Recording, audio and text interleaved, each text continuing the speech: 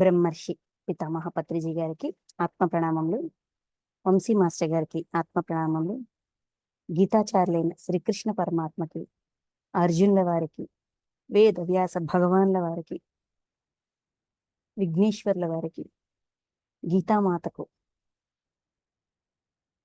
ఆత్మ ప్రణామములు, అనంత కోటి ఆత్మ ప్రణామములు, కృతజ్ఞతలు. నాకు ఈ అవకాశాన్ని ఇచ్చిన జోగులాంబ టీంకి కృతజ్ఞతలు. సో మాస్టర్స్, మనం గుణాలు, ఈ గుణాలు ఏంటి, వాటి ఇంపార్టెన్స్ ఏంటి, క్రిందటిసారి గుణం యొక్క తత్వం అంటే గుణాల యొక్క క్యారెక్టర్స్, అంటే ఒక గుణం అంటే ఎలా ఉంటుంది, అది బేసిక్గా ఏంటంటే మన ఆత్మలోనే మన గుణాలు అనేవి లయమై ఉంటాయి. ఇవి ఎవరో ఇచ్చేది చేసేది కాదు, స్వతహాగా సహజంగా మనతో పాటు ఉంటాయి. గుణం అంటేనే మనం భయపడతాం, లేదంటే ఇది ఉండకూడదు, తీసేయాలి, పడేయాలి అనుకుంటాం. కానీ అవి మనతో పాటే ఉంటాయి, మనలోనే లయమై ఉంటాయి.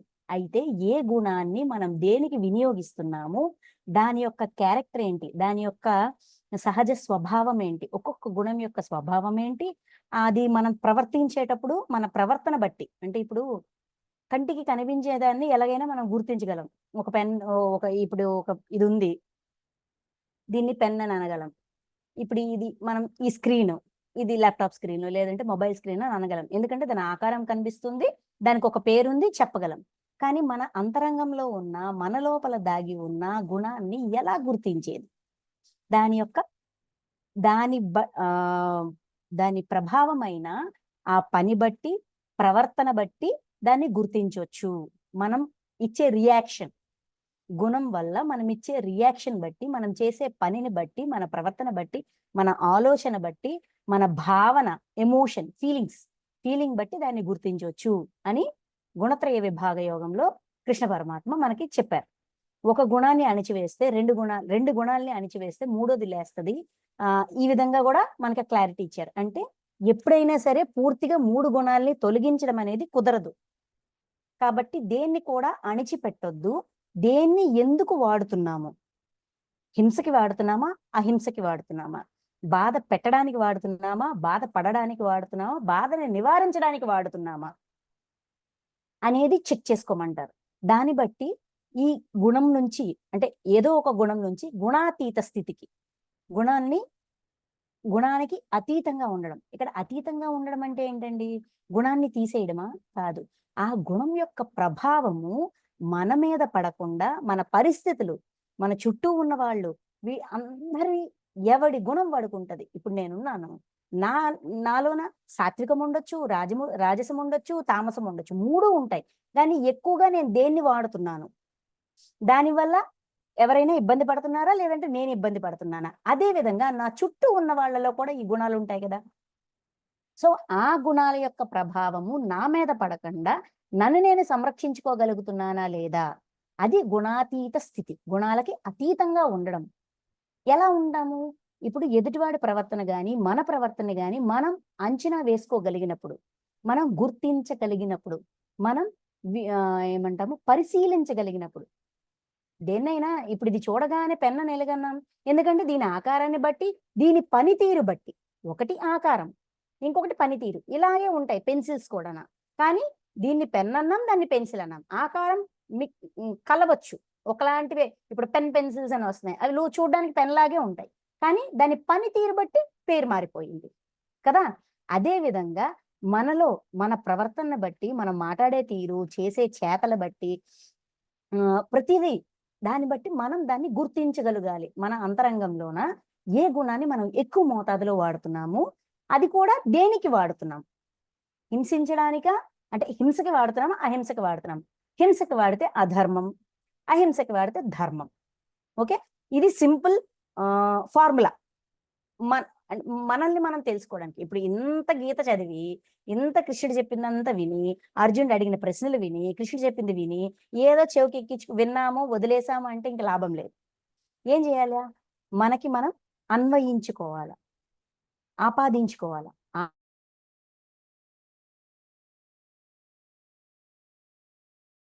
సార్ ఏం చేస్తారు, ఎంత కాంప్లికేటెడ్ విషయమైనా, ఎంత పెద్ద విషయం, చిక్కుగా ఉన్న విషయాన్నైనా సరే ఇలా తీసి దూది పింజలాగా ఇలా విడదీసి ఇలా అందిస్తారు కదా. ఎందుకు? మనం సులువుగా ఆచరిస్తాము అని. సో దానికే ఇది ఫార్ములా. ఏంటి? నా ప్రవర్తన బట్టి నేను ఏ గుణాన్ని వినియోగిస్తున్నాను, దేనికి వినియోగిస్తున్నాను అనేది నేను చెక్ చేసుకోగలిగినప్పుడు గుణతత్వం కొద్దో గొప్ప నాకు అర్థమైనట్టు. అందుకే అంతరంగంలో ఉన్న గుణము దాని ఆ గుణ ప్రభావంతో మనం కర్మ చేస్తాం. అంటే పని. ఇప్పుడు నాకు నిద్రపోవాలనిపించింది. ఫర్ ఎగ్జాంపుల్, నాకు నిద్రపోవాలనిపించింది. అయితే నిద్రపోవాలని అనిపించడం ఆలోచన కదా. దానికి నేనేం చేస్తాను?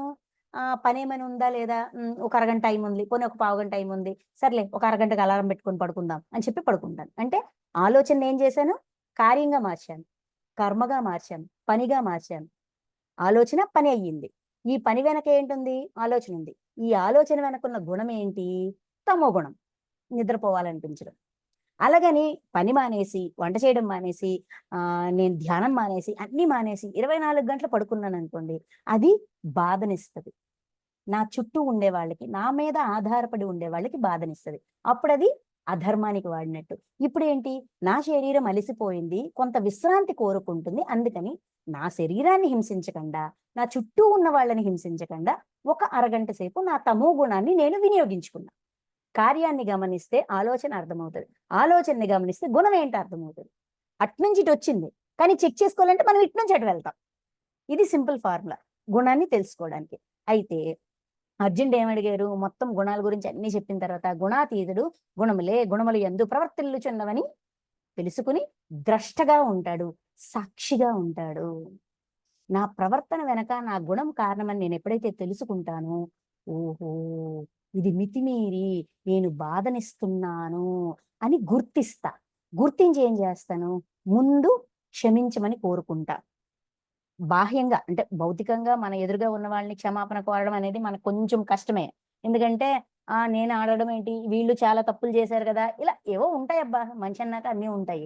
సో అలాంటప్పుడు ఏం చేయాలి? కనీసం లోపల మన అంతరంగంలోనైనా సరే, నేను తప్పు చేశాను, పొరపాటు చేశాను, దయచేసి నన్ను క్షమించు అని మనసులోనైనా అనుకుని, ఆ గుణ ప్రభావం వల్ల ఇలాంటి పొరపాటు జరుగుతుందని నేను సాక్షిగా ఉండి దాన్ని గమనించి దాన్ని సరిచేసే ప్రయత్నం చేయాలి.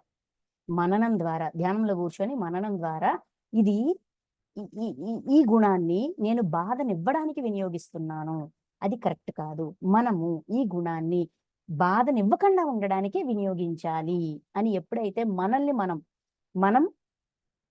మన మనసులోన మనకి మనం మననం ద్వారా నేర్పించవచ్చు. ఆ విధంగా గుణ ప్రభావాన్ని మార్చొచ్చు, అధర్మం నుంచి ధర్మంలోకి. అప్పుడు అది సాధ్యపడుతుంది. అందుకే గుణములు యందు ప్రవర్తిల్లుచున్నవని తెలుసుకున్నవాడు జ్ఞాని. ఆ విధంగా ఇప్పుడు ఎదుటివాడి వల్ల నాకు బాధ వచ్చింది. ఇప్పుడు మాక్సిమం మన ప్రాబ్లం ఏంటి? పక్కవాడు నన్ను ఇబ్బంది పెడుతున్నాడు, నేను బాగున్నాను, నేను పద్ధతిగా ఉన్నాను, నేను ధర్మంలో ఉన్నాను, వాడు నన్ను ఇబ్బంది పెడుతున్నాడు. ఇది మన పెద్ద సమస్య. భర్తనో భార్యనో ఇంకోళ్ళనో ఎవరో ఒకరు మనల్ని ఇబ్బంది పెడుతున్నారు అనేది మన లెక్క. అప్పుడు కూడా గుణముల యందు ప్రవర్తిల్లుచున్నవని, ఏదో గుణం లేచిందబ్బా, వాడికి కోపం వచ్చింది, వాడి రజోగుణం లేచింది, వాడికి తెలియదు. అది ఎంత పరిశీలిస్తున్న నా గుణాల గురించి నేను గుర్తించలేకపోతున్నాను. పాపం వాడు ఏమీ చేయట్లేదు, వాడికి ఎలాగ తెలుస్తుంది? సర్లే, ఇట్స్ ఓకే, నాకు కోపం వస్తే నేను అలాగే ప్రవర్తిస్తాను కదా, కారణాలు ఏమైనా కావచ్చు, ప్రస్తుతానికి ఊరుకుందాం. ఇది గుణాతీత స్థితి. ప్రస్తుతానికి ఊరుకొని తర్వాత కూల్ అయ్యాక, సిచ్యువేషన్ మన చేతుల్లోకి వచ్చాక, అప్పుడు మీరు అలా అరవడం వల్ల నాకు బాధేసిందండి, నేను ఏ పొరపాటు చేయలేదు, నేను అయితే నా వల్ల పొరపాటు జరిగి ఉండొచ్చు, కానీ నాకు అలా తప్పు చేయాలనే ఉద్దేశం నాకు లేదు అని ఇలా సౌమ్యంగా కూడా మనం డీల్ చేయొచ్చు. ప్రతి ఒక్కరు కూడా గుణదాసులే. గుణానికి దాసులుగానే ఉంటాం. ఎందుకంటే మనకే తెలియకుండా మనం ప్రవర్తిస్తుంటాం. అందుకే గమనిక అనేది చాలా అవసరం. నా ఆలోచనని నేను గమనించాలి. నా ఆలోచనకి కారణమైన నా గుణాన్ని, మూల కారణమైన నా గుణాన్ని కూడా నేను ఎప్పుడైతే గమనిస్తానో అప్పుడు నేను గుణాతీత స్థితికి వెళ్ళడానికి ప్రయత్నిస్తున్నట్టు లెక్క. ఇవన్నీ విన్నాక అర్జునుడు క్వశ్చన్స్ అడుగుతారు. ఓ ప్రభు, 3 గుణములకు అతీతుడైన వాడి లక్షణాలు ఇవ్వి, లోక వ్యవహార రీతి ఎట్లుండును అంటే సమాజంలో వాడు ఎలాగా ప్రవర్తిస్తుంటాడు, వాడి గుణం అంటే సమాజంలో ఉన్నప్పుడు పక్కవాడి గుణము మనల్ని ఇబ్బంది పెడుతుంది, మన గుణము మనల్ని ఇబ్బంది పెడుతుంది, వాడి ఇబ్బంది పడ్డము మనం ఇబ్బంది పడ్డం ఏదో ఒకటి జరుగుతుంది కదా. మరి సమాజంలో ఎలా ప్రవర్తిస్తాడు అంటే తన చుట్టుపక్కల వాళ్ళతోటి ఈ గుణాల వల్ల గుణాతీతుడు ఎలా ప్రవర్తిస్తాడు, మనుష్యుడు త్రిగుణాతీతుడు అగుటకు ఉపాయమేమి అని అర్జునుడు ప్రశ్నిస్తారు. ఆ ప్రశ్నలకి కృష్ణ పరమాత్మ సమాధానం ఇస్తారు. ఏంటి? ద్రష్టగా ఉంటారు, గుణములు యందు ప్రవర్తిల్లుచునని గుర్తిస్తారు, గుణములు యొక్క ప్రభావం చేత కార్యం జరుగుతున్నప్పుడు అంటే ఒక పని చేస్తున్నప్పుడు ఇది గుణం యొక్క ప్రభావము అని తెలుసుకుని దానిని అసహ్యించుకోకుండా దాన్ని తిరస్కరించకుండా ఓకే ఈ గుణం వల్ల నేను ఈ పని చేశాను అనేది తెలుసుకుంటా. అంటే ఒక పని జరుగుతున్నప్పుడు మన ద్వారానే ఒక పని జరుగుతున్నప్పుడు ఈ పని వెనుకున్న గుణం ఏంటి అనేది ఆ రీసెర్చ్ లోకి వెళ్తారు. ఆ సెల్ఫ్ చెకింగ్ సార్ అంటారే ఆత్మ పరిశీలన, సెల్ఫ్ చెకింగ్ లోకి వెళ్తారు. ఆ సెల్ఫ్ చెకింగ్ ద్వారా తన గుణాన్ని తాను గుర్తిస్తాడు. గుణాన్ని గుర్తించడానికి ప్రతి సందర్భాన్ని వినియోగించుకొని దాన్ని మార్చడానికి ట్రై చేస్తాడు తప్ప నువ్వు తప్పు నువ్వు తప్పు నువ్వు తప్పు అని పక్కవాడిని తప్పు పట్టడు. ఇది గుణాతీత స్థితి అని ఎక్స్ప్లెయిన్ చేశారు. ఇవన్నీ చెప్పాక అర్జునుడు వేసిన 3వ క్వశ్చన్ చూడండి. మనుష్యుడు త్రిగుణాతీతుడగుటకు ఉపాయమేమి? ఈ గుణత్రయ విభాగం 14వ అధ్యాయం అండి. మనుష్యుడు త్రిగుణాతీతుడగుటకు ఉపాయమేమి? ఏమైనా షార్ట్ కట్స్ ఉన్నాయా? చిన్న చిన్న క్లూస్ ఏమైనా ఉన్నాయా? గుణాతీతుడు అవ్వాలంటే, మనిషి గుణాతీతుడు అవ్వాలంటే ఏమైనా టిప్స్ ఉన్నాయా అని కృష్ణ పరమాత్మ అడుగుతారు. అడిగితే ఆయన ఇవన్నీ చెప్పాక 2 అధ్యాయాలు ఉంటాయి. ఒకటి అక్షర బ్రహ్మయోగం, ఏంటది పురుషోత్తమ యోగం, 15వ అధ్యాయం పురుషోత్తమ యోగము, 16వ అధ్యాయము దైవాసుర సంపత్ విభాగ యోగం. ఈ 2 అధ్యాయాలు మనుష్యుడు గుణాతీత స్థితికి అవ్వడానికి గుణాతీతుడు అవ్వడానికి కృష్ణ పరమాత్మ ఇచ్చిన ఉపాయాలు. అంటే షార్ట్ కట్స్ అనుకోండి, టిప్స్ అనుకోండి, సలహాలు అనుకోండి, సూచనలు అనుకోండి, ఏమైనా అనుకోండి. ఓకే, ఏం చెప్తారు? గుణాల్ని దాటాలి అంటే అవి ఏం పని చేస్తాయి, వాటి ప్రభావం ఏ విధంగా ఉంటది అనేది తెలుసుకోవాలి. దానికి ఈ పురుషోత్తమ యోగంలోన తలకిందులుగా ఉన్న అశ్వత్థ వృక్షంతో పోలుస్తారు. అశ్వత్థ వృక్షం అంటే రావి చెట్టు అండి. రావి చెట్టుకి వేళ్ళు ఉంటాయి, ఊడలు ఉంటాయి, దాని ఆకులన్నీ ఇలా విస్తరించి ఉంటాయి. ఓకే, అయితే ఇక్కడ ఏమంటారు? తలకిందులుగా ఉన్న అశ్వత్థ వృక్షం అంటారు. అశ్వత్థ వృక్షాన్ని తలకిందులుగా ఊహించుకోండి. అంటే చెట్టు అలా ఏమైనా ఉంటుందా అంటే అలాగే వెతికినా దొరకదు అనే మాట కూడా అంటారు. ఆ శ్లోకాల్లో ఉంటాయి. ఈచ్ అండ్ ఎవ్రీ శ్లోకాన్ని టచ్ చేస్తే మనకి ఈరోజు టైం చాలు కాబట్టి అవుట్లైన్ లాగా చెప్తా. తలకిందులుగా ఉన్న అశ్వత్థ వృక్షం వెతికితే నీకు ప్రపంచంలో ఎక్కడా దొరకదు. కానీ తలకిందులుగా ఎందుకన్నామంటే వేళ్ళు పైకుండి కొమ్మలు కిందకుంటాయి. ఏంటి వేళ్ళు అంటే ఇప్పుడు మర్రి చెట్టుకు కానీ రావి చెట్టుకు కానీ ఉన్న స్పెషాలిటీ ఏంటండి? కొమ్మల నుంచి ఊడలు వస్తాయి. ఆ ఊడ భూమికి తాకి అది వేరుగా మారి అందులోంచి మొక్క వస్తుంది కదా. అంటే దాని వేళ్ళు భూమి లోపల ఉన్నాయి, గాలిలో ఉన్నాయి, కొమ్మల దగ్గర ఉన్నాయి. వేళ్ళు అంతటా వ్యాపించి ఉన్న వృక్షం, అది దాని స్పెషాలిటీ. ఈ వేళ్ళకి నీరు, ఏ చెట్టుకైనా నీరు ఉంటే భూమిలోంచి నీరుని తీసుకొని అది ఫుడ్ని, ఆహారాన్ని తయారు చేస్తుంది. అది వృక్షం యొక్క సహజ స్వభావం. న్యాచురల్ గా అది అలాగే జరుగుతుంది. అయితే ఇక్కడ వేళ్ళు ఏంటంట, ఈ తలకిందులుగా ఉన్న అశ్వత్థ వృక్షం అంటే సంసార వృక్షము. ఇప్పుడు ఒక మాట అంటారు, సంసార వృక్షాన్ని తలకిందులుగా ఉన్న అశ్వత్థ వృక్షంతో పోల్చి చూడండి. వేళ్ళు పైకుంటాయి, కొమ్మల కిందకుంటాయి. ఈ వేళ్ళు త్రిగుణములనేది నీళ్లతో పోషించబడుతుంటాయి, వృక్షాన్ని పోషిస్తుంటాయి. అంటే మన మూలాల్లోనే మన గుణాలు ఉన్నాయి. ఆ గుణాల ద్వారానే మన కోరికలు, అంటే ఇప్పుడు ఈ చిగుర్లు, కొమ్మలు ఇవన్నీ కూడా ఏంటిది ప్రాపంచిక విషయాలు.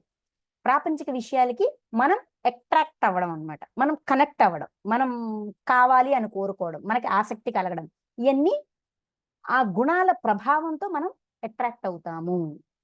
సో ఈ అశ్వత్థ వృక్షం తాలూకు వేళ్ళు, చిగుర్లు అన్ని లోకాలకు కూడా కనెక్ట్ అయి ఉంటాయి.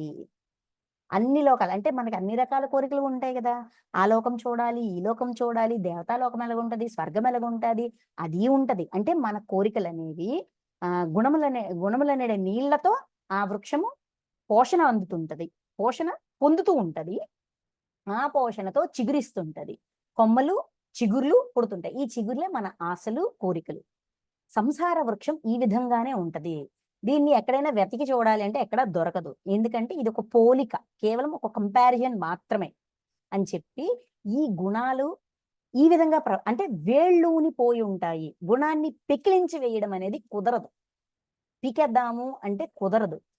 అందుకని గుణాన్ని అర్థం చేసుకుని, తెలుసుకుని, పరిశీలన చేసి, ఇన్వెస్టిగేట్ చేసి, ఏ గుణ ప్రభావంతో నేను ఏ పని చేస్తున్నాను అనేది తెలుసుకొని, అధర్మంగా ఉన్న దుర్గుణాన్ని సద్గుణంగా మార్చుకోవడమే గుణాతీత స్థితిని చేరడం అనే క్లారిటీ ఇస్తారు. ఇస్తూ ఏమంటారంటే 10వ శ్లోకంలో ఒక ముఖ్యమైన పాయింట్ ఉంది. అదొక్క శ్లోకం టచ్ చేద్దాం. పురుషోత్తమ యోగంలోన జీవాత్మ శరీరమును త్యజించినప్పుడు, ఈ జీవాత్మ శరీరంలో జీవాత్మ ఉంటది కదా, జీవాత్మ శరీరాన్ని త్యజించినప్పుడు, శరీరమునందు స్థితుడై ఉన్నప్పుడును, విషయ భోగములను అనుభవించుచున్నప్పుడును, జీవాత్మ శరీరాన్ని త్యజించినప్పుడు, విడిచిపెట్టినప్పుడు, శరీరమునందు స్థితుడై ఉన్నప్పుడు, శరీరంలో ఉన్నప్పుడు, విషయ భోగాలను అనుభవిస్తున్నప్పుడు, అంటే భోగాలని విషయాల వల్ల వచ్చే అంటే చుట్టూ ఉండే పరిస్థితుల్లోంచి మనం పొందే ఆనందాలు, భోగాలు, మంచి హ్యాపీ ఇల్లు, ఏసీలు, మంచి బెడ్లు, మంచి సుఖమైన జీవితం, ఇవన్నీ భోగాలే కదా, ఎంజాయ్మెంట్.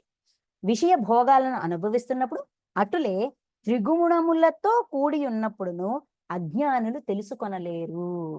అంటే నా జీవాత్మ లోపలుండి నా శరీరం ద్వారా నేను ఇవన్నీ పొందుతున్నాను, ఇవన్నీ తెలుసుకోగలుగుతున్నాను, ఇవన్నీ అనుభూతి చెందగలుగుతున్నాను అనేది, ఈ డిఫరెన్స్ అనేది అజ్ఞానులకు తెలియదు. అంటే జ్ఞానం లేని వాడికి ఈ విషయం ఆత్మతత్వం గురించి కానీ, గుణతత్వం గురించి కానీ, దేని గురించి కానీ తెలియని వాడికి అర్థం కాదు. కేవలము వివేకశీలురైన జ్ఞానులే తమ జ్ఞాన నేత్రముల వలన స్వస్వరూపమును తెలుసుకొనగలుగుతారు.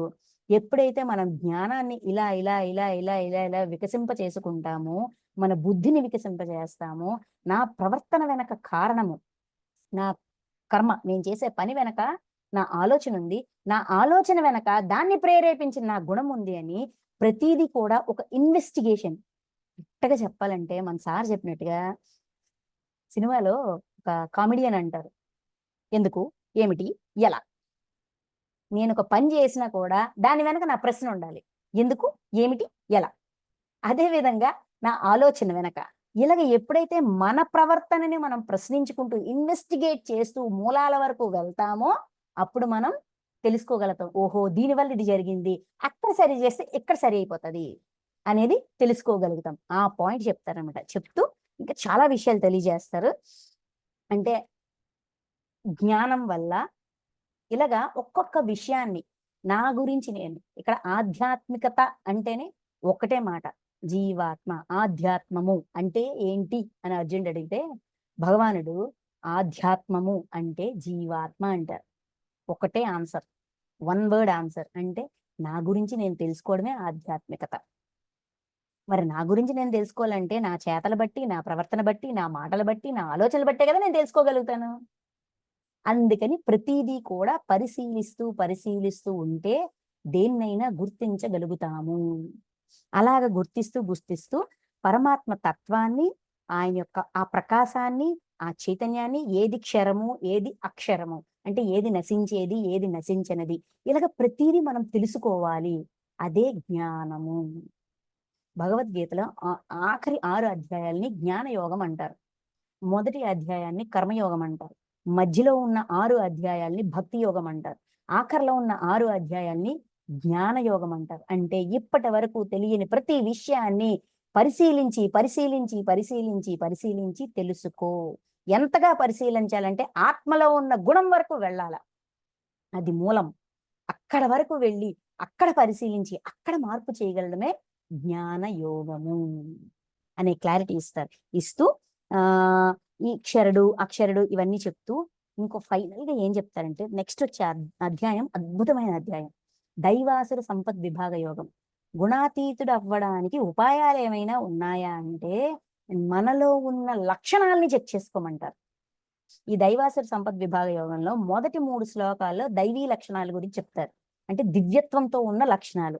అంటే నిర్భయము, అంతఃకరణ శుద్ధి, తత్వజ్ఞాన ప్రాప్తికై ధ్యాన యోగమైన నిరంతర దృఢ స్థితి.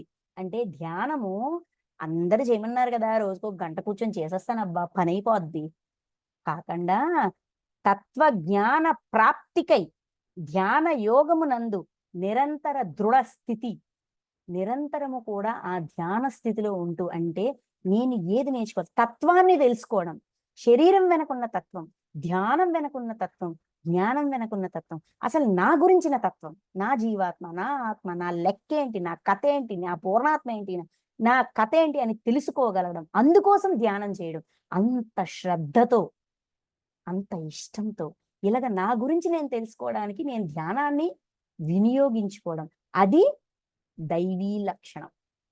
3 శ్లోకాలే దైవీ లక్షణాలు చెప్తారు. అక్కడి నుంచి అర్జున దైవీ లక్షణాల గురించి చాలా చెప్పేశానయ్యా, ఇక అసురీ లక్షణాలు చెప్తానని చెప్పి మొత్తం 17 శ్లోకాలు 18 శ్లోకాలు అసురీ లక్షణాలు చెప్తారు. అంటే ఇంకో మాట కూడా చెప్తారు ఏంటి, ఈ ఈ ఈ ఈ భూమి మీద, అంటే ఈ లోకంలో అసురీ లక్షణాలు, దైవీ లక్షణాలు రెండూ ఉంటాయి. అసురీ లక్షణాలు ఉన్న వాళ్ళు అసురులని, దైవీ లక్షణాలు ఉన్న వాళ్ళు దేవతలని అంటారు. అయితే అసురీ లక్షణాలు, దైవీ లక్షణాలు మిళితమై ఉన్న లక్షణాలు కూడా ఉంటాయి. కొన్ని స్థితుల్లోన దైవత్వంతో ప్రవర్తిస్తాం, కొన్ని స్థితుల్లోన అసురీతత్వంతో ప్రవర్తిస్తాం. మనం అసురత్వం నుంచి మానవత్వంలోకి వచ్చి, మానవత్వం నుంచి దైవత్వంలోకి వెళ్తాం. ఓకే, సో అందుకని లక్షణాలు చెప్తారు. ఏంటిది ఉపాయం ఏమైనా ఉందా అని అడిగారు కదా. మీ అంతరంగంలో ఉన్న, అంటే మన అంతఃకరణంలో ఉన్న లక్షణాల ద్వారా కూడా మనం ఏ గుణాల్లో ఉన్నామో గుర్తించుకోవచ్చు అని ఇవన్నీ ఎక్స్ప్లెయిన్ చేస్తారనమాట. ఇలాగ దైవీ లక్షణాలు ఒక 20 నుంచి 30 చెప్తారండి, కానీ అసలీ లక్షణాలు మాత్రం దగ్గర 50 వరకు చెప్తారు. 49, 50 లక్షణాలు చెప్తారు. చాలా డీటెయిల్డ్ గా చెప్తారు. అంటే ఎంతగా అంటే మన ఆలోచనని కూడా ఒక 2 శ్లోకాల్లోనే డైలాగ్స్ ఇస్తారనమాట. అవి చెప్పుకుందాం మనం. దైవాసుర సంపద 16వ అధ్యాయంలోన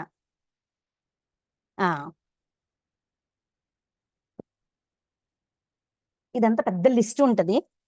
అయితే 13వ శ్లోకం, 14వ శ్లోకము, 15, 16 శ్లోకాల్లోన ఒక మనిషి తనని తాను ఎంత గొప్పగా భావిస్తాడో ఆ భావనలో కూడా అహంకారం వల్ల అది అసురీ లక్షణం అవుతుంది అన్నట్టుగా చూపిస్తారు.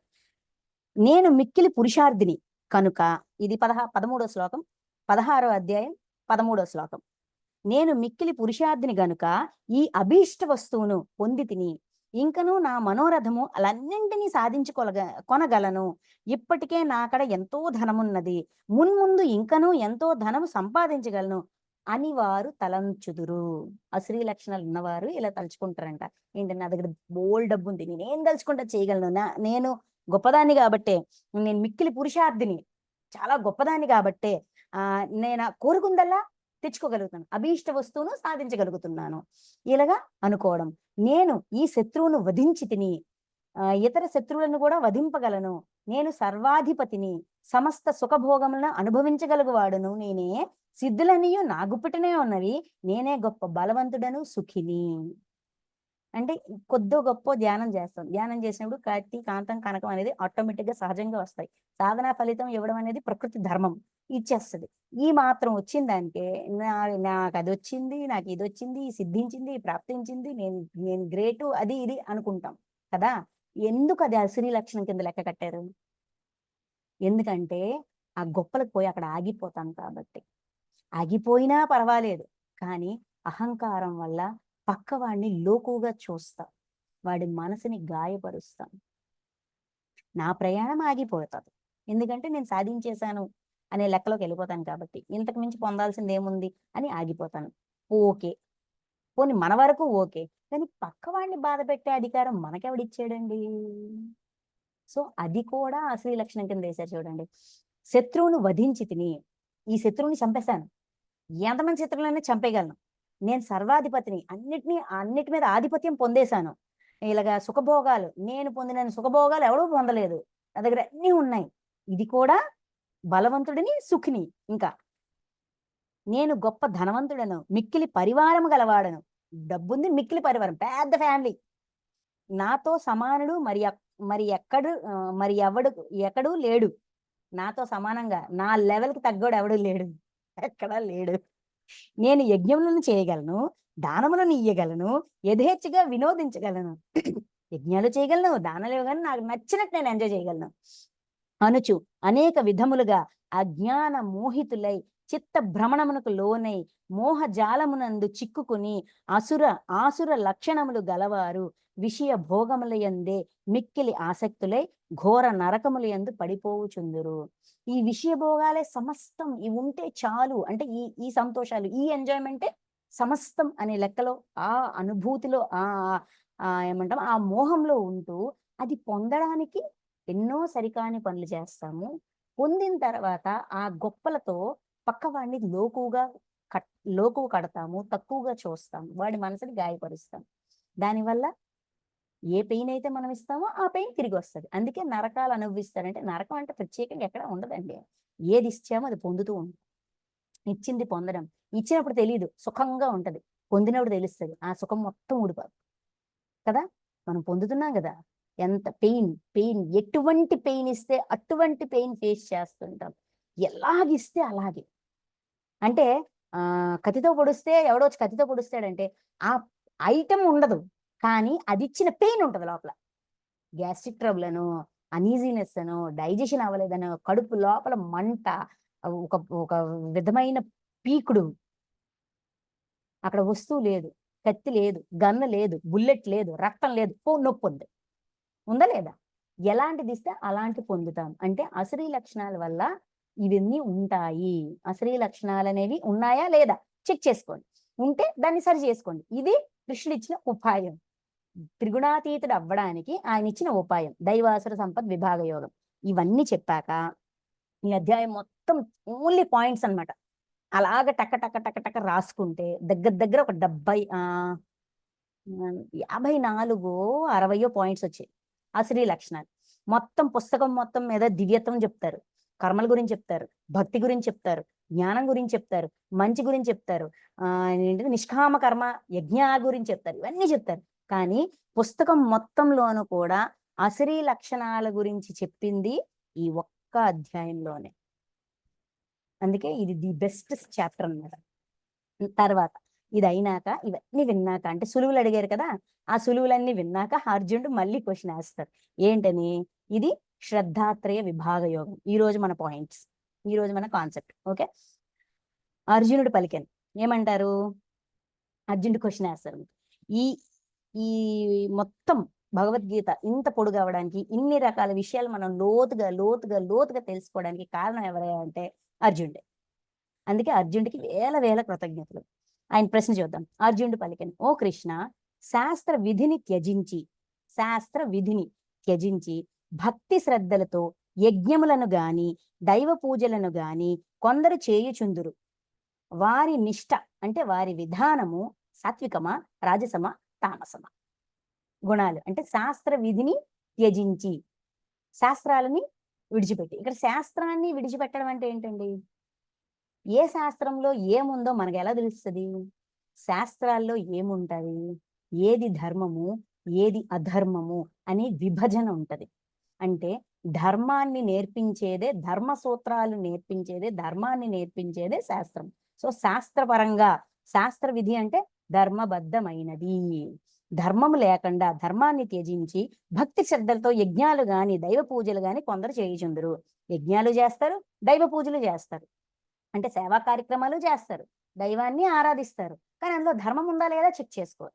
ధర్మాన్ని విడిచిపెట్టి మరి చేస్తుంటారు. మరి ఇది ఏ లెక్కలోకి వెళ్తుంది? ఇది రాజసమా, తామసమా, సాత్వికమా? ఏ కేటగిరీలోకి వెళ్తుంది? అర్జునుడి క్వశ్చన్ చూసారా? గుణాలకి రిలేటెడ్ గా క్వశ్చన్ వేశారు. అందుకే దీన్ని ఏమంటారంటే శ్రద్ధాత్రయ విభాగ యోగం. మన శ్రద్ధ దేని మీద ఉందో దాన్ని బట్టి మన గుణం ఎలా ఉంది అని గుర్తించొచ్చు అని మనకిచ్చిన సులువులు, సలహాలు, సూచనలు. భగవాను వాచ, శ్రీ భగవానుడు పలికాను, శాస్త్రోక్తముగా ఉండక కేవలము స్వభావమును అనుసరించి ఏర్పడుచుండు మానవుల శ్రద్ధ సాత్వికము, రాజసము, తామసము అని 3 విధములుగా ఉండును. వాటిని గురించి వివరించదను వినుము. అంటే శాస్త్రోక్తముగా కాకుండా, అంటే ధర్మబద్ధముగా కాకుండా కేవలము స్వభావము. స్వభావము అంటే ఏంటండి? మన ఆత్మలో ఉన్న గుణాన్ని ఆధారంగా చాలా జన్మలు తీసుకుంటాం. చాలా జన్మలు తీసుకుంటాం. అన్ని జన్మల్లో ఏదైతే మనం చేస్తామో, మనం చేసే పని, మన ప్రవర్తన అన్నీ కూడా మన ఆత్మలో స్టోర్ అయి ఉంటాయి. ఆత్మ ఏంటంటే ఒక లాకర్ లాంటిది, ఒక బీరువా లాంటిది. ఏమివు మంచివు, చెడివు ఏమివు దాచిపెడతది. దాచిపెట్టడం దాని పని. మళ్ళీ దాన్ని అనుభవించడానికి మళ్ళీ మన బ్యాగ్ ఇచ్చి మనకు పంపిస్తది. మన బ్యాగ్ మనకిచ్చి పంపిస్తది. లెక్క అన్ని లెక్కట్టి ఉంచుకుంటది. జీవాత్మ నేర్చుకున్న ప్రతిదీ అందులో దాచిపెడుతుంది. తను చేసిన ప్రతిదీ కూడా అందులో దాచిపెడుతుంది. మళ్ళీ దాన్ని రివైజ్ చేస్తుంది. స్వభావము అంటే నా స్వభావము, నా ఆత్మలో ఏ భావన అయితే ఉందో దాన్ని అనుసరించి ఏర్పడుచుండు మానవుల శ్రద్ధ, దాని ఆధారంగానే మనిషి యొక్క శ్రద్ధ ఉంటది. అంటే ఇక్కడ జీవాత్మ ఆత్మలో ఉన్న గుణానికి తగ్గట్టుగానే ప్రవర్తిస్తుంది. సాత్వికం అవ్వచ్చు, రాజసం అవ్వచ్చు, తామసం అవ్వచ్చు. ఈ మూడిట్లో ఏదైనా అవ్వచ్చు. వారి గురించి డీటెయిల్డ్ గా చెప్తాను విను అని కృష్ణుడు అంటారు. అని ఓ అర్జున, మనుషులందరి శ్రద్ధయు వారి అది ఎలా గుర్తించాలా? ఎవడు ఏ శ్రద్ధలో ఉన్నాడని ఎలా గుర్తించాలా? అయితే ఇక్కడ కృష్ణుడు ఎప్పుడు పక్కోడిది గమనించరా అని చెప్పరు, మనం గమనించుకోమంటారు. అర్జునుడికి ఎవరిది వాళ్ళు గమనించుకోవాలి అని చెప్తారు. అయితే మనుష్యులందరి శ్రద్ధయు వారి అంతఃకరణములకు తగినట్లు ఉండును. వాళ్ళ అంతఃకరణములకు తగినట్లుగా వాళ్ళ శ్రద్ధ ఉండును. ప్రతి వ్యక్తికి ఏదో ఒక శ్రద్ధ ఉండనే ఉండును. అంతఃకరణము అంటే నా అంతరంగం ఏ విధంగా ఉంటుందో నా శ్రద్ధ ఆ విధంగా ఉంటది. ప్రతి మనిషికి ఏదో ఒక శ్రద్ధ ఉంటది. అతని జీవన విధానం అంతయును అతని శ్రద్ధకు అనుగుణంగా కొనసాగుచుండును. అతని జీవన విధానం అంతా కూడా శ్రద్ధకి అనుగుణంగానే కొనసాగుతూ ఉంటది. దాన్ని బట్టి అతడెట్టి శ్రద్ధ కలిగి ఉన్నది తెలుసుకొనవచ్చు. అంటే మన జీవన విధానాన్ని బట్టి మన శ్రద్ధ ఎక్కడ ఉంది అంటే మన స్వభావం, మన ఆత్మలో ఎటువంటి గుణం ఉంది? సాత్వికం ఎక్కువ ఉందా, రాజసం ఎక్కువ ఉందా, తామసం ఎక్కువ ఉందా, ధర్మబద్ధంగా ఉందా, అధర్మబద్ధంగా ఉందా, దుర్గుణంగా ఉందా, సద్గుణంగా ఉందా? మన ప్రవర్తనని బట్టి మనం తెలుసుకోవచ్చు. ఎందుకంటే శ్రద్ధకు అనుగుణంగానే ప్రవర్తిస్తుంటాడు కాబట్టి ప్రవర్తన బట్టి గుర్తించవచ్చు. ఓకే, అది చెప్తారు. చెప్పి వారిలో సాత్వికులు దేవతలను, రాజసులు యక్ష రాక్షసులను, తామసులు ప్రేత భూత గణములను పూజించెదరు. అంటే సాత్విక గుణం ఎక్కువగా ఉన్నవాళ్ళు దేవతలను పూజిస్తారు. రాజస గుణం ఎక్కువగా ఉన్నవాళ్ళు యక్ష రాక్షసులను పూజిస్తారు.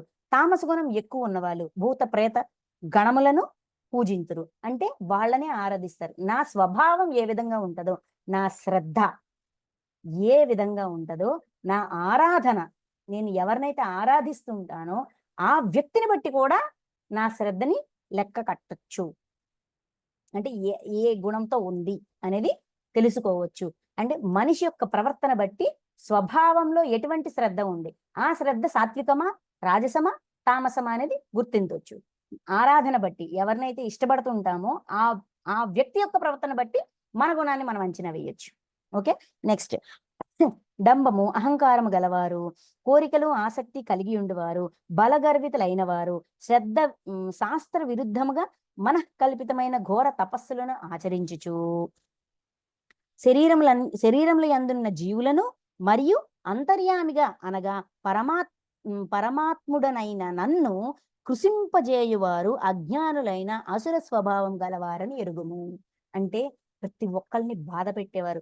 నా శరీరంలో ఉన్నది వేరే శరీరాల్లో, అన్ని శరీరాల్లో ఉన్నది పరమాత్మే అనేది గుర్తించక నన్ను కృషింపజేయ అంటే పరమాత్మని బాధ పెట్టువారు. నన్ను నేను బాధ పెట్టుకున్నా పరమాత్మని బాధ పెట్టినట్టే, ఇంకెవరినైనా బాధ పెట్టినా పరమాత్మని బాధ పెట్టినట్టే. కనీసం ఆ సత్యం కూడా తెలుసుకోకుండా బాధ పెడుతూ హింసిస్తూ దేనికోసం? డంబం కోసం, అంటే గొప్పదనం కోసము, ఆసక్తి ఉండి కోరిక నెరవేర్చుకోవడానికి, నా బలం, నేను శక్తివంతుడిని, నేను నలుగురిని తన్నినా కూడా వాడు తిరిగి నన్ను తన్నడు కాబట్టి నేను తంతాను, కొడతాను, హింసిస్తాను. శాస్త్ర విరుద్ధంగా అంటే అధర్మబద్ధంగా నచ్చినట్టి నా మనసుకు అనిపించింది, నేను చేశాను. అది ధర్మం అధర్మం నాకు ఆ సంబంధం లేదు. ఇలాంటి ప్రవర్తన ఇవన్నీ కూడా అసురి ప్రవర్తన అసుర స్వభావం గలవారి అని ఎరుగుము, అలాగని తెలుసుకో. ఈ విధంగా బాధ పెట్టేవాడు. అంటే ఓవరాల్ గా చెప్పాలంటే హింసా ప్రవృత్తి, ఒక్క పదంలో చెప్పాలంటే హింసా ప్రవృత్తి అసుర లక్షణం, అసుర ప్రభావం, అసుర స్వభావం గలవారని ఎరుగుము, తెలుసుకో అని చెప్తారు. మనుష్యుల స్వభావములను అనుసరించి వారికి ఇష్టములైన ఆహారం కూడా కేవలము ఆరాధించే దైవము వాళ్ళు వాళ్ళ అసుర స్వభావమే కాదు, తినే ఆహారాన్ని బట్టి కూడా ఏ గుణం అనేది చెప్పొచ్చు. ఆహారం కూడా 3 విధములుగా ఉండును. అట్లే ఆయా మనుషులు ఆచరించు యజ్ఞములు, తపస్సులు, దానములు కూడా 3 విధములుగానే ఉండును. వాటిని గూర్చి వేరువేరుగా విశదపరిచెదను వినుము. తినే ఆహారం, చేసే యజ్ఞాలు, చేసే దానాలు, చేసే తపస్సులు, ఇవన్నీ కూడా గుణానికి తగ్గట్టుగా విభజించి, సాత్విక గుణం అయితే ఇలాంటి దానం చేస్తారు, రాజస గుణం అయితే ఇలాంటి దానం చేస్తారు, తామస గుణం అయితే ఇలాంటి దానం చేస్తారు. దానాల్ని, యజ్ఞాల్ని, తపస్సులని, ఆహారాన్ని కూడా గుణాల బట్టి విభజించి మనకు అందిస్తున్నారు. ఇంత డీటెయిల్ గా చెప్పాక నా అంతరంగం ఏంటి, నా అంతఃకరణం ఏంటి అని తెలుసుకోవడం చాలా ఈజీ, అవును కదా. నెక్స్ట్ విశదపరిచయం డీటెయిల్ గా చెప్తాను వినవయ్యా అని కృష్ణ చెప్తున్నారు.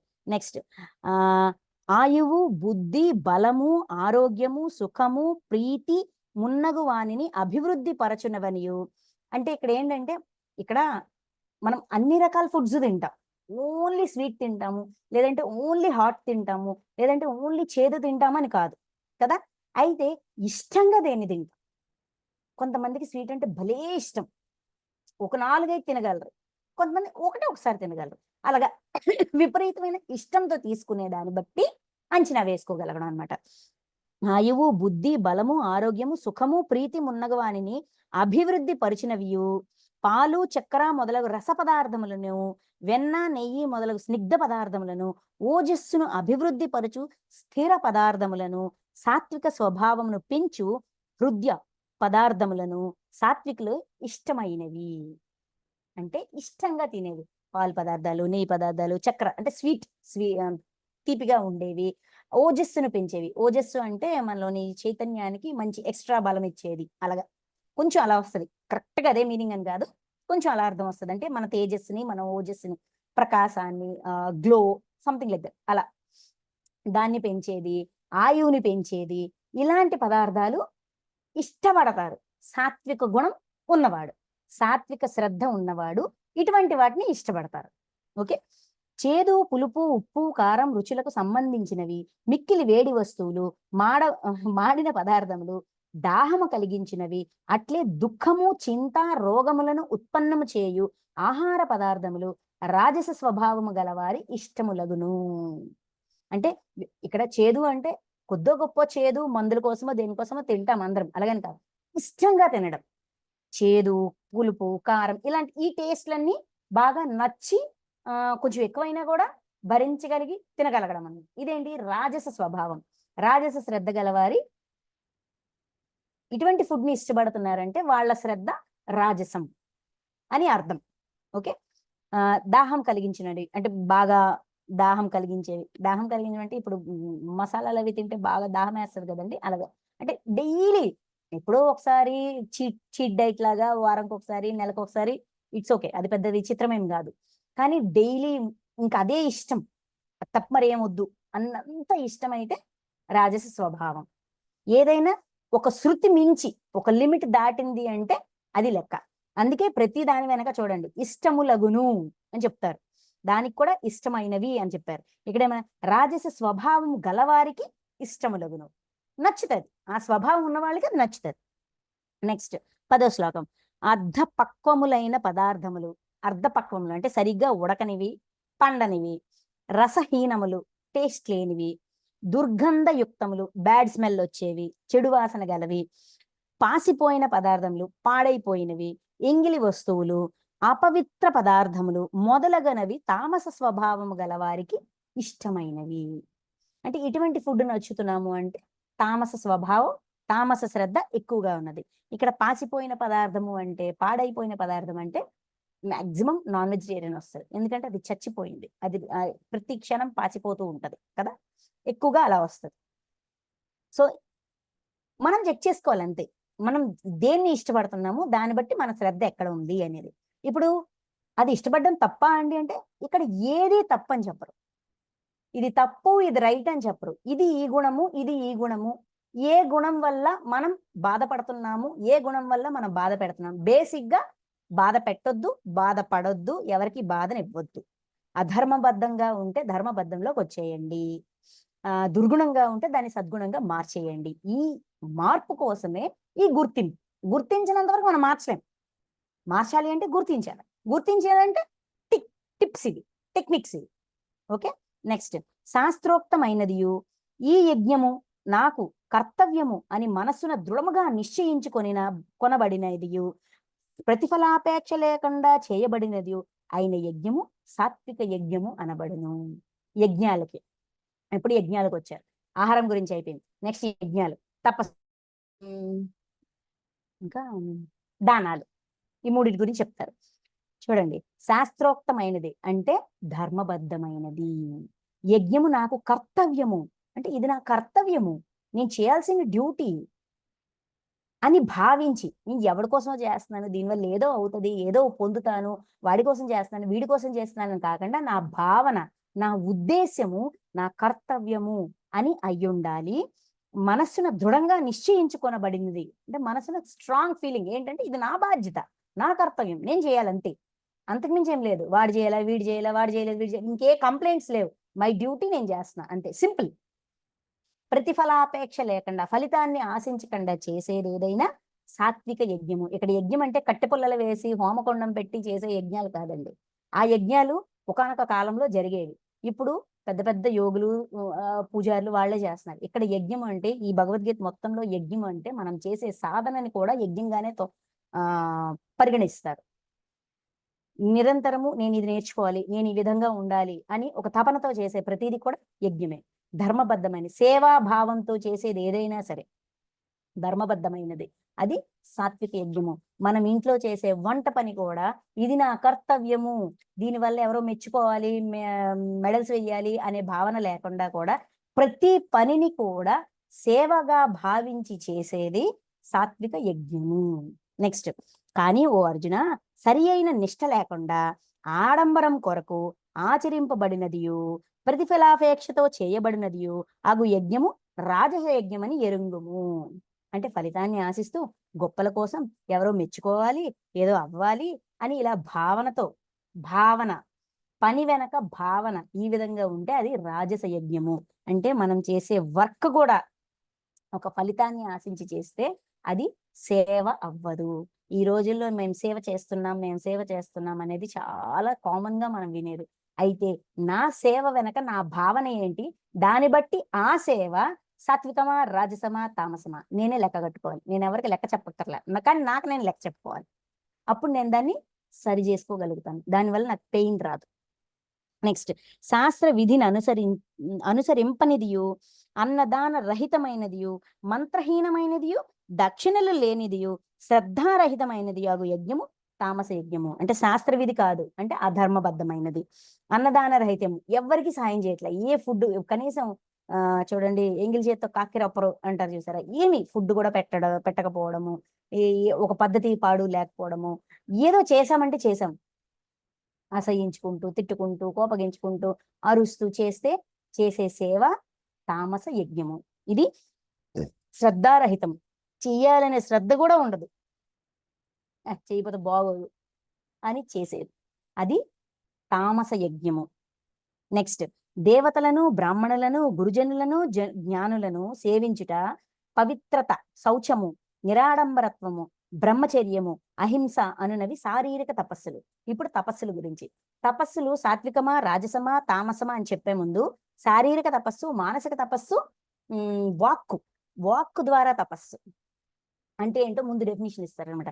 శారీరక తపస్సు అంటే మన శరీరాన్ని వినియోగించి దైవ పూజ గాని, బ్రాహ్మణులకు సేవ చేయడం గాని, గురుజనులకు సేవ చేయడం గాని, జ్ఞానులను సేవించడం గాని, పవిత్రత, నిరాడంబరత అంటే మన శరీరాన్ని పవిత్రంగా ఉంచుకోవడం, అంటే డాంబికాలకు పోకుండా నీట్ అండ్ క్లీన్ గా ఉంచుకోవడం, బ్రహ్మచర్యము, అహింస నా శరీరాన్ని గాని నా శరీరంతో గాని నేను హింస చేయకుండా ఉండడం, ఇది శారీరక తపస్సు.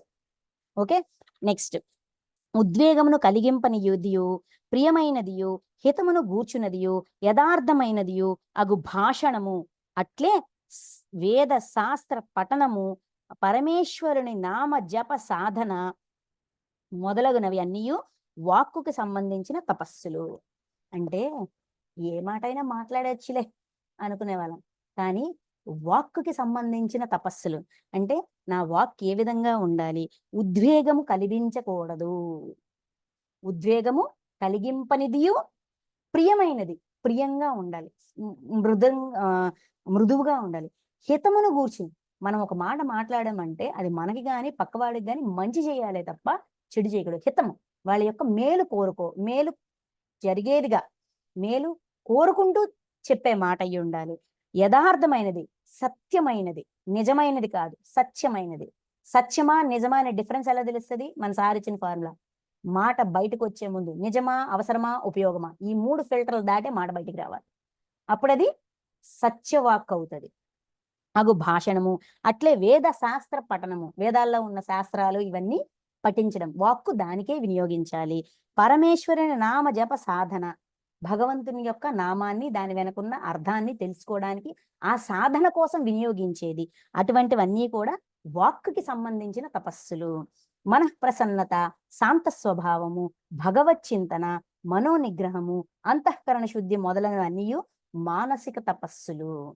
ఇవన్నీ మానసిక తపస్సు. అంటే నా మనసులోనే ఎలా ఉండాలి, నా మనసులో ఎటువంటి తపన ఉండాలి, తప్పించేదే తపస్సు. ఓకే, మనఃప్రసన్నత, మనసు ప్రశాంతంగా ఉంచుకోవడానికి, శాంత స్వభావం శాంతంగా ఉంచుకోవడానికి, భగవచ్చిన నిరంతరం భగవద్గురు చింతనే తప్ప పక్కోడు ఏం చేశాడు, వాడలుగున్నాడు వీడలుగున్నాడు వాడేం చేశాడు, పితూరీలు కబుర్లు ఇవన్నీ కాదు. మనోనిగ్రహము, మనసుని నిగ్రహించుకోగలగడము. అంతఃకరణ శుద్ధి, నా అంతరంగాన్ని శుద్ధిగా ఉంచుకోవడానికే నా మనస్సుని నేను వినియోగిస్తే అది మానసిక తపస్సు అవుతుంది. అయితే పూర్వోక్తములైన అంటే ఇంతకుముందు చెప్పిన శారీరక వాచిక మానసిక తపస్సులను ఫలాకాంక్ష లేని యోగులు మిక్కిలి శ్రద్ధతో ఆచరించినప్పుడు వాటిని సాత్విక తపస్సులని అందరు. అంటే ఈ 3 శారీరక మానసిక వాక్కు, ఈ 3 తపస్సులను ఫలితాన్ని ఆశించకుండా చేసేది సాత్విక తపస్సు. ఫలితం మీద దృష్టి లేకుండా నేను చేయాలి కాబట్టి, నేను చెప్పాలి కాబట్టి, నాకు మాట్లాడే అవసరం ఉంది కాబట్టి మాట్లాడాను అంతే, లేనప్పుడు ఆపేయడం. అలాగా మాట, మనస్సు, శరీరము కేవలము నిష్కామంగా అంటే ఫలితాన్ని ఆశించకుండా చేయగలను, ఇది సాత్విక తపస్సు. అయితే మన తపన ఇక్కడ తపస్సు అంటే ఏంటండి, తపన ఏదో చేయాలి, ఏదో చెందాలి అనే తపన, మాట ఏదో మాట్లాడియాలి, ఆ మాట ఎలా ఉండాలి అనేది కండిషన్స్ చెప్పారు, ఆలోచన ఎలా ఉండాలనేది కండిషన్స్ చెప్పారు, శారీరక పని ఎలా ఉండాలనేది కండిషన్స్ చెప్పారు. ఆ కండిషన్స్ ని ఫాలో అవుతూ ఫలితాన్ని ఆశించకుండా చేసేదే సాత్విక తపస్సు. ఇతరుల నుండి సత్కారములను, గౌరవములను, పూజలను అందుకొనుటకును, అట్లే తదితర స్వార్థ ప్రయోజనముల కొరకును స్వాభావికముగా గాని కల్పితముగా గాని చేయబడినవియు, అనిశ్చిత ఫలములను గాని క్షణిక ఫలములను గాని ఇచ్చినవియు అయిన తపస్సులను రాజస తపస్సులని అందరు. ఇతరుల నుండి సత్కారములు, ఇప్పుడు నేను ఈ పని చేస్తే నన్ను మెచ్చుకుంటారు, నాకు మెడలేస్తారు, నాకు సన్మానం చేస్తారు అనే భావనతో గౌరవము, పూజలు అందుకోవడానికి, మర్యాదలు అందుకోవడానికి, అట్లే తదితర స్వార్థ ప్రయోజనాల కోసం, నా స్వార్థం కోసము స్వాభావికముగా గాని కల్పితముగా గాని చేయబడినవి.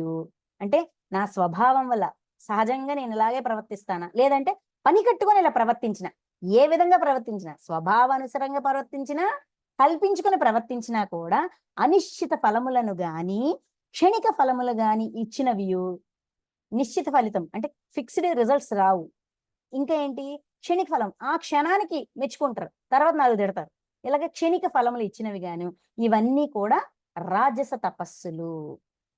అంటే ఏ ఉద్దేశంతో మనం చేస్తున్నాము, మన తపన వెనక మన ఉద్దేశం ఏంటో కూడా మనం గమనించుకుంటే మన అంతరంగంలోన, మన అంతఃకరణంలోన ఏ గుణం ఉంది, అనేది తెలుసుకోగలుగుతాము. ఇక్కడ ఎవరిని తప్పు పట్టట్లేదండి. మనల్ని మనం చెక్ చేసుకోవడానికి ఒక మంచి లిస్ట్ అందించారు అంతే. ఎవరి డేటా ఎవరు అడగట్లేదు. మన డేటా మనం చెక్ చేసుకోవడమే. మొండి పట్టుదలతో మనోవాక్కాయములకు బాధ కలిగించినవియు ఇతరులకు కీడు కలిగించుటకై చేయబడినవియు అయిన తపస్సులు తామస తపస్సులని అందరు. మొండి పట్టుదల, నేను అనుకున్నాను కాబట్టి చేసేయాలి, ఎవడు బాధపడినా పర్లేదు, ఎవడు కుదిరినా పర్లేదు, ఎవడు కుదరకపోయినా పర్లేదు, నేను అనుకున్నాను కాబట్టి చేసేయాలి, ఈ తపన అనమాట. ఇలా తపించిపోయి చేసేయడమే ఇంకంతే. ఇంక ఎవరు ఏంటి వాళ్ళ దానివల్ల వాళ్ళకి ఇబ్బందా, కుదురుతుందా కుదరదా, ఇంకేం లేదు, చేసేయడమే. మనోవాక్కాయములకు బాధ కలిగించును, మనస్సుకి వాక్కుకి కాయం అంటే శరీరానికి కూడా బాధ కలిగిస్తూ ఇతరులకు కీడు కలిగించుటకే, కేవలం పక్కోడిని బాధ పెట్టడానికే, వాడికి కీడు కలిగించడానికే చేయబడినవైన తపస్సులు. దానికోసం తపన పడిపోవడం అనమాట. తపన పడి చేసేయడం, దాన్ని తామస తపస్సులు అని అందురు. దానము చేయుటయే కర్తవ్యము అను భావముతో తగిన ప్రదేశముల యందును దుర్భిక్షాది కాలముల యందును ఆకలి దప్పులతో బాధపడువారు, అంగవైకల్యము గలవారు, రోగులు మొదలగు వారిని, బ్రాహ్మణులు, పండితులు, బ్రహ్మచారులు, వానప్రస్థులు మొదలగు పాత్రులైన వారిని ప్రత్యుపకారము ఆశింపక నిస్వార్థ భావముతో చేయు దానము సాత్విక దానం అనబడును. అంటే ఏ రూల్స్ రెగ్యులేషన్స్ లేకుండా, ఏ కండిషన్స్ పెట్టకుండా, దేశకాల మాన పరిస్థితులతో సంబంధం లేకుండా, అయ్యో వాడు అడిగాడే ఆ క్షణానికి నా దగ్గర ఏదుందో అది నేను ఇచ్చిగలగడం, అది సాత్విక దానం. దానం చేసేటప్పుడు చాలా లెక్కలు కడతాం. వీడు దేనికి ఉపయోగిస్తాడు ఈ డబ్బుని? తాగుతాడా, తిరుగుతాడా, ఏం చేస్తాడు, మోసం చేస్తాడా, ఇలా 1,90 లెక్కలు కట్టి చేసే దానము సాత్విక దానం కాదు. చూడండి, దానము చేయుటయే కర్తవ్యము అను భావముతో, దానం చేయడమే నా బాధ్యత, నా కర్తవ్యము అనే భావంతో తగిన ప్రదేశముల యందును, అంటే అది ఏ ప్లేసు ఏంటి అనేది కూడా సంబంధం లేకుండా, ఏ ప్రదేశంలో నాకు అవకాశం వచ్చినా వెంటనే అవకాశాన్ని వినియోగించుకోవడం. దుర్భిక్షాది కాలముల యందు, అంటే నాకే తిండికి లేదు, నాకే ఉండడానికి లేదు, నాకు చలేస్తుంది కప్పుకోవడానికి నాకే స్వెటర్ లేదు, కానీ అక్కడ ఎవరికో చలేస్తుంది అమ్మ కప్పుకోవడానికి ఏదైనా ఇవ్వండి అంటే ఏదో ఒకటి ఆలోచించి ఏదో ఇవ్వగలను. దుర్భిక్షం, నా దగ్గర లేకపోయినా కూడా ఏమైనా చెయ్యగలనా కనీసం ఆలోచించి ఉన్న దాంట్లో ఏదో ఇవ్వడానికి ట్రై చేయడం అనమాట. కాలం యందు ఆకలి దప్పులతో బాధపడువారు, ఆకలితో దాహంతో బాధపడేవారు, అంగవైకల్యము గలవారు, రోగులు మొదలగు వారికి, అంటే ఇన్ని ప్రాబ్లమ్స్ లో ఉన్న వారికి, బ్రాహ్మణులు, పండితులు, బ్రహ్మచారులు, వానప్రస్థులు మొదలగు పాత్రలైన, అంటే చాతుర్వర్ణం, 4 వర్ణాలు, సారీ ఏమంటాము ఆశ్రమాలు, సన్యాసాశ్రమం, వానప్రస్థాశ్రమం ఇలా ఉంటుంది కదా, అలాగే బ్రాహ్మణులు, వీళ్ళందరికి కూడా, అంటే బ్రాహ్మణుడికే దానం ఇస్తా, పండితుడి అయితేనే దానం ఇస్తా, ఒక చండాలుడికి శూద్రుడికి దానం ఇవ్వను, ఇలాంటి కండిషన్స్ కూడా తీసేసి ఏ కండిషన్స్ లేకుండా పాత్రులైన వారికి, అంటే ఎవరికి ఏది అవసరమో ఏమి అడిగారో దానిలో నాకున్నంతలో ఇవ్వగలగడం, అదే క్షణంలో విపరీతమైన ఆలోచన లేకుండా ఇది నా కర్తవ్యం అనే భావనతో ఇవ్వడం, ప్రత్యుపకారం ఆశింపక, తిరిగి వాడు ఎప్పుడు నాకేమిస్తాడు, నాకు ఎలాగ సహాయపడతాడని ప్రత్యుపకారం ఆశించకుండా నిస్వార్థ భావముతో చేయు దానము సాత్విక దానమని అందరూ. మన పురాణాల్లో సాత్విక దానం చేసిన ఎగ్జాంపుల్ బలిచక్రవర్తి.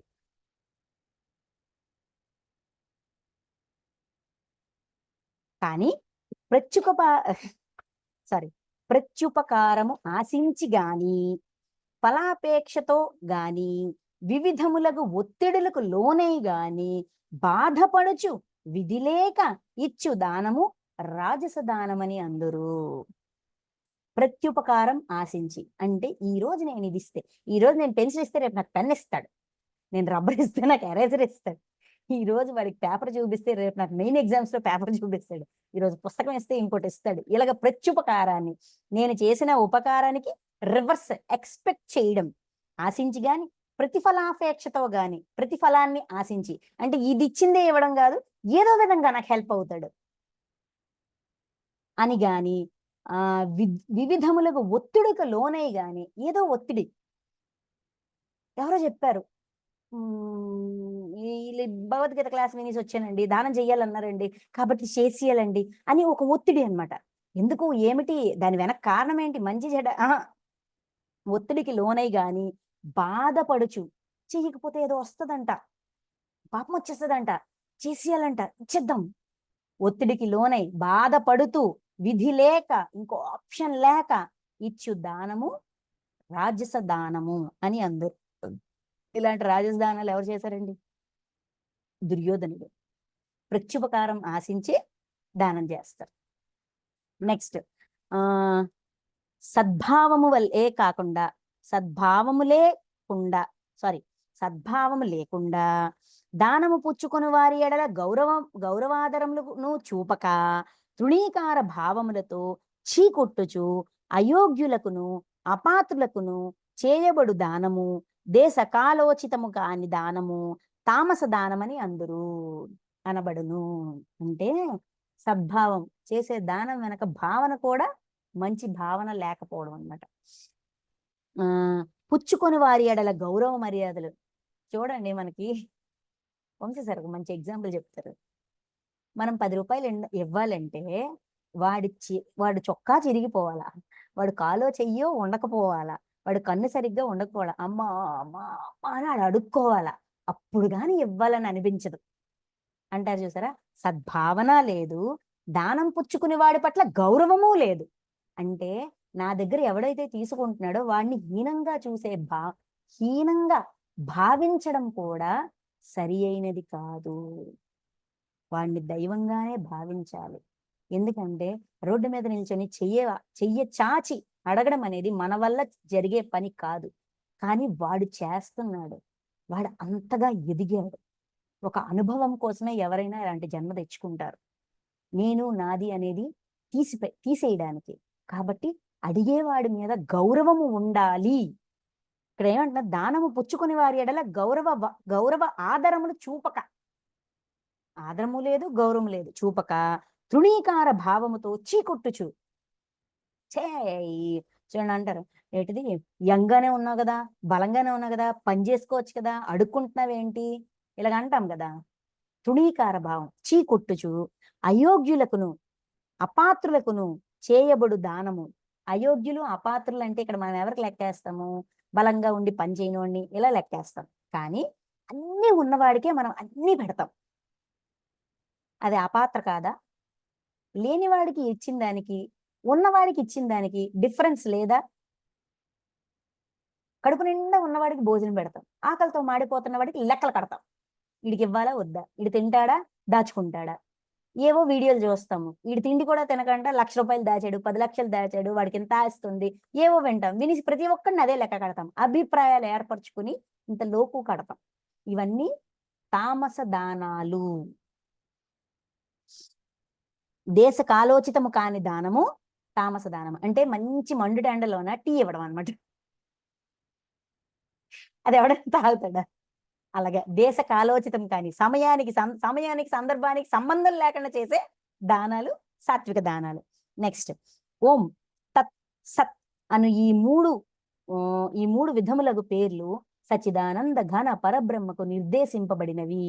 ఆ పరమాత్మ నుండియే సృష్టి ఆది యందు బ్రాహ్మణులు వేదములు యజ్ఞములు ఏర్పడుట జరిగినది. అంటే ఓము తత్ సత్ ఈ 3 పదాలు మనం బాగా విన్నాం.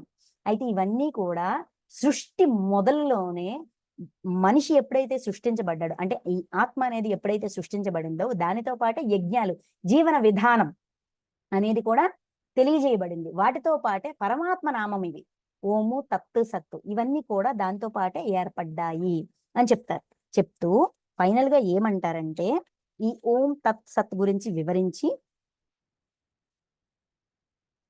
శ్రద్ధ లేకుండా చేయబడు హోమము.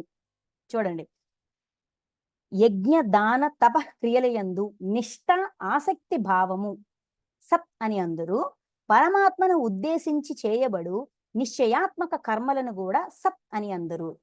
అంటే యజ్ఞాల్లోనూ తపస్సుల్లోనూ దానాల్లోనూ ఈ పనులు, క్రియ అంటే ఏంటి పని, ఈ పనులన్నిటిలోనూ నిష్ఠ ఆసక్తి భావం శ్రద్ధ చెయ్యాలనే ఆసక్తి. నా కోసం నేను చేస్తున్నాను అబ్బా. ఇప్పుడు నేను ఈ క్లాస్ చెప్తున్నానంటే అనుష మేడం కోసమో వరప్రసాద్ సార్ కోసమో చెప్తున్నానా? నా కోసం నేను చెప్తాను. నాలోన ఈ గుణాలన్నీ నేను డెవలప్ చేసుకోవాలా, నా గుణాన్ని నేను చెక్ చేసుకోవాలంటే నాకు ఒక రివిజన్ కావాలి. నా కోసం నేను చదువుకుంటున్నా, నా కోసం నేను చెప్తున్నా. చెప్తూ చెప్తూ నాలో ఎంతవరకు మార్పు తెచ్చుకున్నాను. నేను ఫస్ట్ టైం విన్న దగ్గర నుంచి ఇప్పటి వరకు ఎంత మార్పు వచ్చింది, ఎంత కోరుకున్నాను, ఎంత వచ్చింది, ఇంకెంత నా గుణాన్ని మార్చుకోవాలి, ఇంకెన్ని రకాలు ఉన్నాయి, ఇంకెన్ని రకాల దుర్గుణాలు ఉన్నాయి, నేను ఆడే మాట, నేను చేసే పని, నా తపన, నా తపస్సు, నేను చేసే దానం కావచ్చు, నేను చేసే యజ్ఞం అంటే సేవ, ఇందులో నా మార్పు ఎంత వచ్చింది, ఇంకెంత రావాలి, నేను సరిగానే ఉన్నానా, సరిగా లేనా, నా కోసం నేను చేస్తాను. రైట్. ఆ భావనతో ఆసక్తి భావం సత్ అని అందరూ. పరమాత్మను ఉద్దేశించి చేయబడు అంటే ఇక్కడ పరమాత్మ అంటే ఎక్కడో ఏదో లోకాల్లో ఉన్నారా అండి పరమాత్మ అంటే? ప్రతి మనిషి కూడా, ప్రతి ప్రాణి, మనిషే కాదు ప్రతి ప్రాణి పరమాత్మ స్వరూపమే. ఆయన ఒక రూపంతోనో ఒక ఆకారంతోనో ఎక్కడో కూర్చొని లేరు, మనలోనూ ఉన్నారు, మన చుట్టూ ఉన్నారు. ఈ గాలి, వాతావరణం, మనుషులు, ప్రాణులు, చెట్లు, క్రిమికీటకాదులు, ప్రతి ప్రాణి కూడా పరమాత్మ స్వరూపమే. అది తెలుసుకోవడమే జ్ఞానం అంటే. తెలుసుకోవడమే కాదు, ఆచరించగలగడం. ఇవన్నీ ఆత్మస్వరూపాలే. ఈ ఆత్మ ఎక్కడి నుంచి వచ్చింది? పరమాత్మ నుంచి వచ్చింది. అంటే అందరూ పరమాత్మ స్వరూపులే. నా భావన బట్టి వాళ్ళని లెక్క కడుతున్నాను కాదు. వాళ్ళని దైవంగా నేను ఎప్పుడైతే చూడగలుగుతానో, దాన్ని నేను అంగీకరించగలుగుతానో, నా గుణాన్ని నేను మార్చుకోవడం చాలా ఈజీ అయిపోతుంది, చాలా ఈజీ అవుతుంది. అందుకనే ప్రతి ఒక్కరిని దైవంగా చూడమనే పత్రి సార్ ఒక మాట అన్నారు, వీఆర్ ఆల్ గాడ్స్. నేను దేవుణ్ణి అని తీసుకున్నాం, ఒప్పుకున్నాం, పక్కోడు దేవుడని ఒప్పుకోం. ఆయన ఐ ఆమ్ గాడ్ అనలా, వీఆర్ ఆల్ గాడ్స్ అన్నారు. పాయింట్ ఉందా లేదా? లాజిక్ పాయింట్ ఉందా? If I am a god, your also god. నన్ను నేను దైవంగా భావించానంటే నా ఎదుటివాడిని కూడా దైవంగా భావించి తీరాలి. అప్పుడే నా గుణం నాకు అర్థమవుతుంది. నేను భావించలేకపోతున్నానంటే నాలో స్వార్థ బుద్ధి ఉంది, రాజసం ఉంది, దీన్ని ఎలా సరిచేయాలి అది చెప్తున్నారు. చెప్తూ ఫైనల్గా ఏమంటారంటే, ఓ అర్జున, శ్రద్ధ అంటే విశ్వాసము లేకుండా చేయబడు హోమము, శ్రద్ధ లేకుండా చేయబడు హోమము, ఇవ్వబడు దానము, ఆచరించబడు తపస్సు, ఇంకనూ జరుపబడు ఇతర శుభకార్యములన్నీయును అసత్, పరమాత్మ తత్వం కాదు, దైవానికి సంబంధించినవి కాదు, అంటే దివ్యత్వంతో చేసినవి కాదు, మనలో దివ్యత్వం లేదు అని అర్థం అని చెప్పబడును. దాని వలన జీవించి ఉండగా గాని మరణించిన పిదప గాని ఎట్టి ప్రయోజనము కలగదు. సో దానివల్ల ఎట్టి ప్రయోజనము కలగదు. కాబట్టి శ్రద్ధతో ఇప్పుడు మనం ఏంటి, ఆత్మ పరిశీలన, నన్ను నేను చెక్ చేసుకోవడం. నేను తినే నాకు ఇష్టమైన ఆహారము, నేను చేసే యజ్ఞము అంటే సేవ, నేను చేసే దానము, నేను చేసే తపస్సు అంటే తపన, వాక్కు తపన, మానసిక తపన, శారీరక తపన ఏ విధంగా ఉంది అని నేను ఎప్పుడైతే చెక్ చేసుకుంటానో, నా చెకింగ్తో నేనేంటి అనేది నేను గుర్తించగలుగుతాను. నా శ్రద్ధ ఏంటి అంటే, నేను ఏ శ్రద్ధతో పుట్టాను. నేను పుట్టడం హింసా శ్రద్ధతోనే పుట్టాను. ఎందుకంటే మాంసాహారి కుటుంబంలో పుట్టాను. ఒక 35 ఏళ్ళు భలేగా జంతువుల్ని, అన్ని రకాల జంతువుల్ని హింసించి చేసి చంపి తిన్నాం.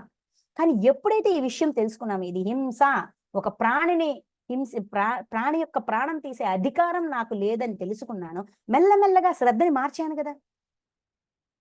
హింస నుంచి అహింస, అధర్మం నుంచి ధర్మంలోకి శ్రద్ధని మార్చాం కదా. స్వభావంగా సహజంగా ఒక శ్రద్ధతో పుడతాం, కానీ మనం ఏ శ్రద్ధతో పుట్టామో మనం గుర్తించి ఆ శ్రద్ధని మార్చుకోవడం కూడా మన చేతుల్లోనే ఉంది. అందుకు ఏ గుణంతో ఉంది, దుర్గుణంతో ఉందా, సద్గుణంతో ఉందా, దుర్గుణంతో ఉంటే సద్గుణంగా మార్చేయి. మాంసాహారం శాకాహారం వచ్చామా లేదా, దుర్గుణాన్ని సద్గుణంగా మార్చాం లేదా, అలాగే అన్ని మార్చగలం, సాధ్యమే. అందుకే ఇంత సింపుల్ గా లెక్క అప్ చెప్పారు కృష్ణ పరమాత్మ. ఇదండి శ్రద్ధాత్రయ విభాగ యోగం. Thank you masters, thank you so much. ఇంకొక ఎపిసోడ్ ఉంది.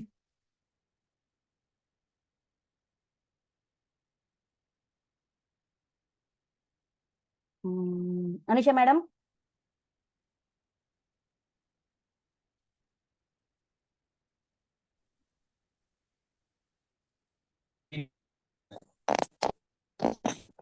మణిమాల మేడం.